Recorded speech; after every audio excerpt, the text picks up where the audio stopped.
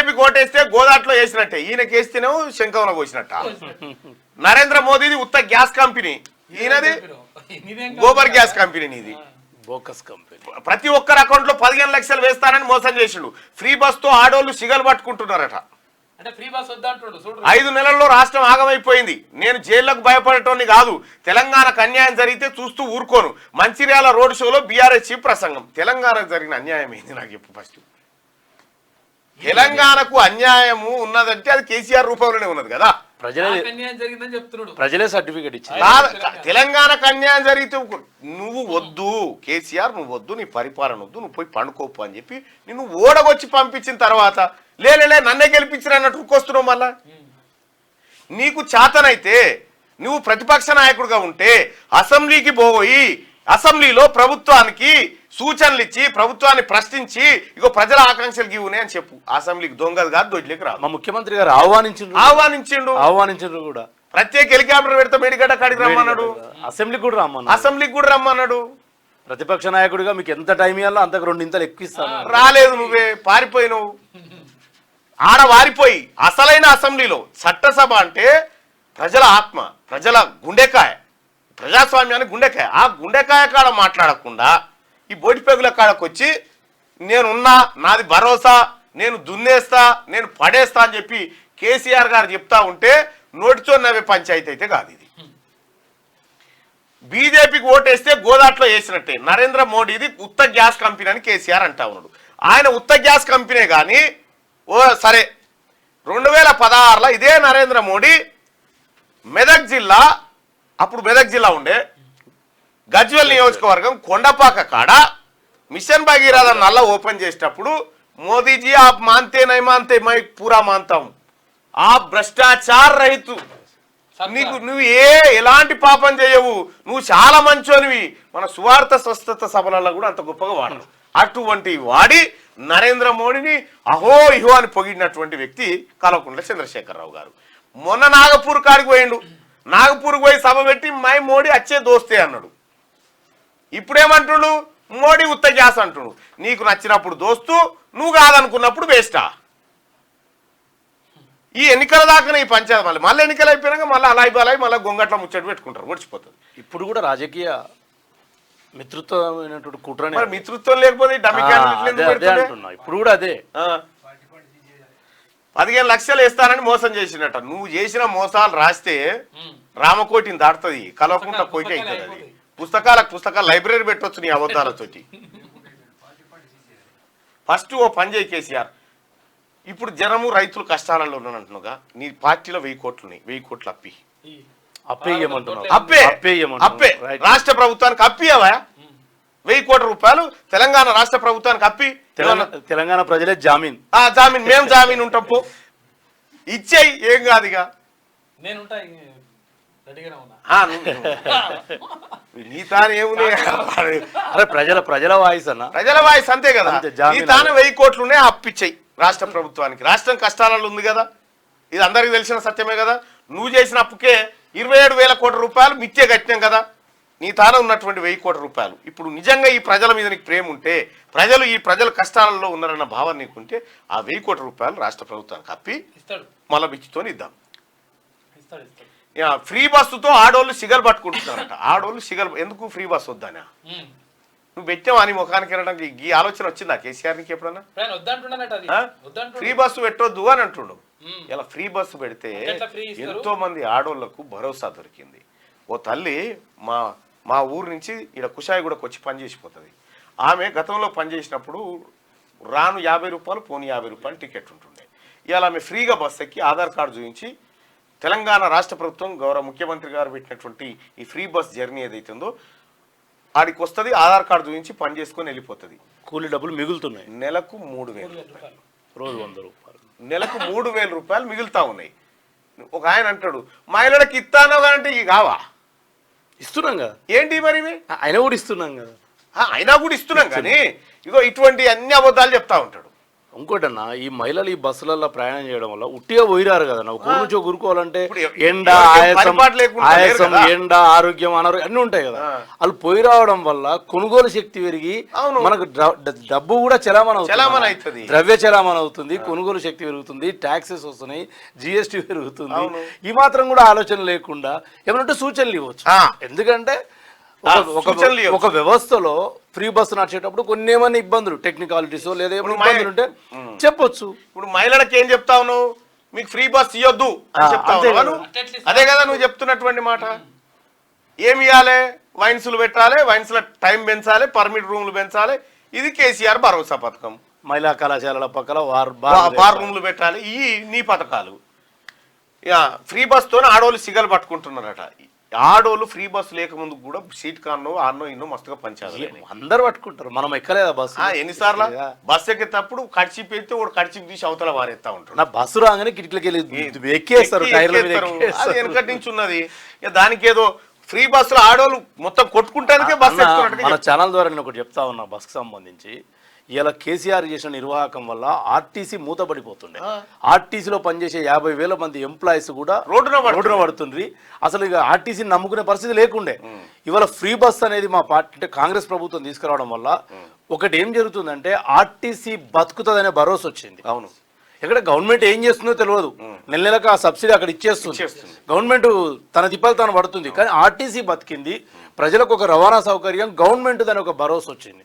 ఇది అర్థం చేసుకుంటలేరు. అవును, ఈ రకంగా ఒక దాన్ని అది కొద్దిగా కలకల్లాడితేనే కదా దాని మీద కూడా ప్రభుత్వాలు దృష్టి పెట్టేది.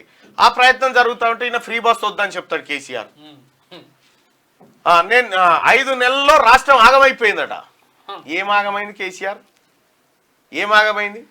నీ చేతిలో ఇంకొక నెలున్నా ఇక కథమైపోయింది రాష్ట్రమే, ఏం లేకుండా పోతుంది.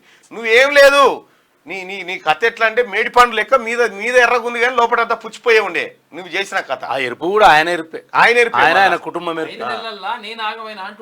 5 నెలల ఆగమైంది రాష్ట్రం కాదు కేసీఆర్. నువ్వు ఆగమైన, నీ కొడుకు నీ బిడ్డ ఆగమైపోయింది.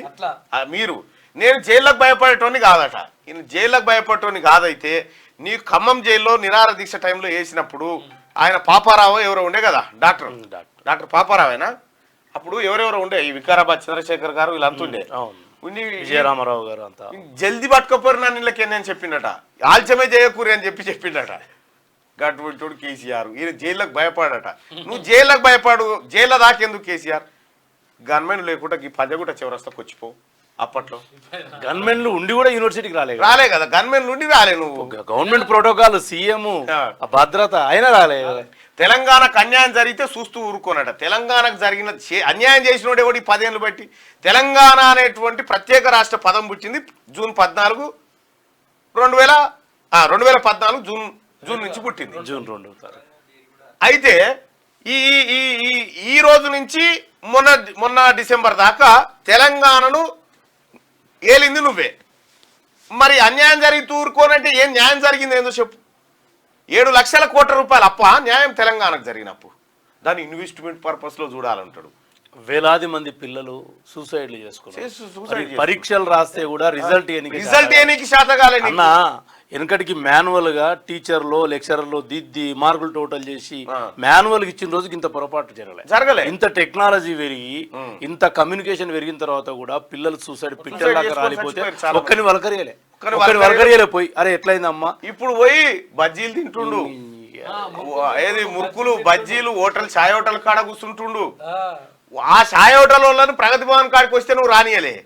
వాళ్ళంతా కలిసి జనం అంతా చేసి నిన్నే హోటల్ కాడికి తెప్పించి అన్న 317 జీవో మహిళలు పోతే బస్సులు తీయక ముందే ఈడ్చుకెళ్లి లోపల 10-20 స్టేషన్లలో పెట్టి సాయంత్రం 6 వరకు కూడా బాలింతను కూడా పక్కకెట్టే పాపం. అనా గోస ఒకటా ప్రజల్లాగా ఒకటా కేసీఆర్ 46 జీవో 46 జీవో కాదా తెచ్చింది? ఎంత కాదా తెచ్చింది? 46 జీవో నెంబర్ 46 తెచ్చిన దుర్మార్గుడు కేసీఆర్ నువ్వు కాదా? నీకు దమ్ముంటే దాని గురించి మాట్లాడు కేసీఆర్. ఎక్కడైనా ఒక అధికారి ఒక జీవో తీసుకొస్తే సరే ముఖ్యమంత్రికి తెలియకుండానో ఆ టెక్నికల్ ఒక పదం తెలియకుండా వచ్చిండొచ్చు అనుకుందాం. వచ్చిన తర్వాత నిరసనలు వస్తుంటే ధర్నాలు వస్తుంటే పిలిపించి మాట్లాడే బాధ్యత 5 నిమిషాలు కదన్నా 5 సెకండ్లు చేయొచ్చు. అది చేయలే. నువ్వు పైపెచ్చి వ్యంగ్యంగా మాట్లాడిండు 317 మీద. అవును, ఏమైందా? మొన్న హరీష్ రావు అంటలేడు ప్రభుత్వ ఉద్యోగులకు జీతాలు 1 తారీఖు ఎందుకు వేయాలో తన మస్తుకుంటే ఉంటాడు ఆయన మాటలు. ఆయనకున్నట్టు అది. రెండు విషయాలు మాత్రం క్లియర్గా ఈ రాష్ట్ర ప్రభుత్వం, తెలంగాణ ప్రభుత్వం, గౌరవ ముఖ్యమంత్రి గారు కానీ లేకపోతే మంత్రిమండలి కానీ ఇదే జీవో 46 మీద మంత్రి కోమటిరెడ్డి వెంకటరెడ్డి గారు స్పష్టమైన స్టేట్మెంట్ చేసిండు.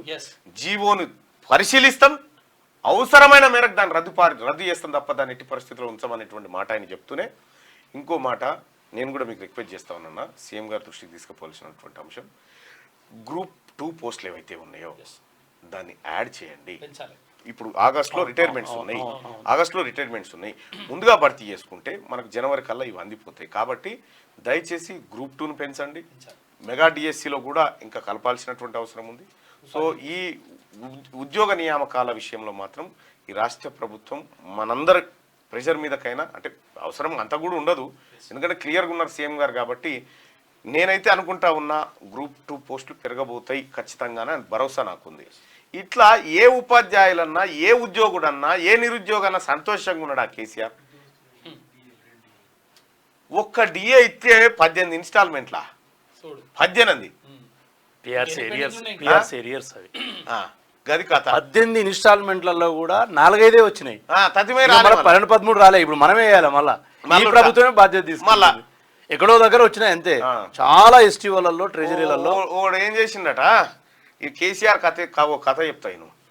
ఓడు దొంగ పోలీస్ ఆయన బంగారు వాచ్ పెట్టుకున్నట, బంగారు వాచ్ అత్తగారు కొత్త పెళ్ళైతే పెట్టుకుంటే ఆ ఎస్ఐ వాచ్ పెట్టుకున్నట. దొంగోడు ఈ వాచ్ని ఎట్లయినా ఎత్తుకపోవాలని చూసిండట. ఎట్లయినా ఎత్తుకపోవాలని చూసి ఏం చేసిండు, ఆ పోలీస్ ఆయన రోజు పోలీస్ స్టేషన్కి పోతా ఉంటే దొంగ చేతికి వాచ్ ఉందా లేదా అని చెక్ చేసుకుంటాడట. చెక్ చేసుకుంటా ఈయన పెట్టుకపోయాడు. అయితే ఒకసారి ఆ పోలీస్ స్టేషన్కు సిఐ డిఎస్పీ ఇద్దరు వచ్చిరట. రాగానే కానిస్టేబుల్ మీ ఎస్ఐ గారిని పిలుచుకురామంటే దాన్ని పోయేసరికి ఆయన అడావిడిగా రెడీ అయ్యి ఇది పెట్టుకోలే, వాచ్ ఇంటికానే పెట్టొచ్చిండు. వాచ్ ఇంటికానే పెట్టి ఆడిపోయిండు. పోయేసరికి దొంగ చూసిన వాచ్ ఇంటికానే ఉంది. ఎట్టి పరిస్థితుల్లో ఆ వాచ్ కొట్టేయాలని ఏం చేసిండు ఎరికేనా, ఆ దొంగ ఓ కోడిని పట్టుకొని పోయిండు ఎస్ఐ గారింటికి.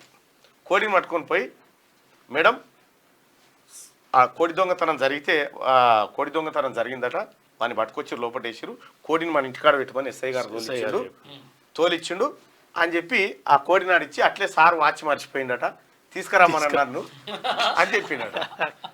అది కోడినే పంపించిన ఇదే మనిషి అనుకున్నా, వాచ్ ఇస్తే వాడు వాచ్ ఎత్తుకొని పోయిండు. వాచ్ ఎత్తుకొని పోయిన తర్వాత ఎస్ఐ గారు వచ్చిండు.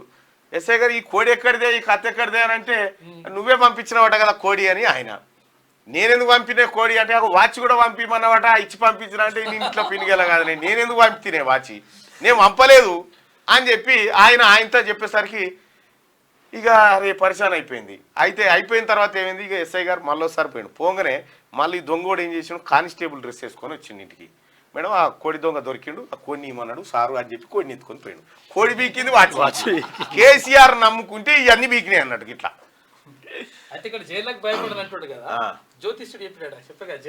వరంగల్ జైల్లో నువ్వు ఎట్లయినా పడతావని కూలగొట్టిండట. వరంగల్ జైలు కూలగొట్టిండు. ఇప్పుడు వరంగల్లో జైలు లేదు. వరంగల్ కోర్టు పరిధి, జ్యూరిడిక్షన్ పరిధిలో ఉండాల్సిన ఖైదీని ఖమ్మం నుంచన్నా హైదరాబాద్ నుంచన్నా తరలించాలంటే ఎంత ఖర్చు అవుతుంది? గది కాయన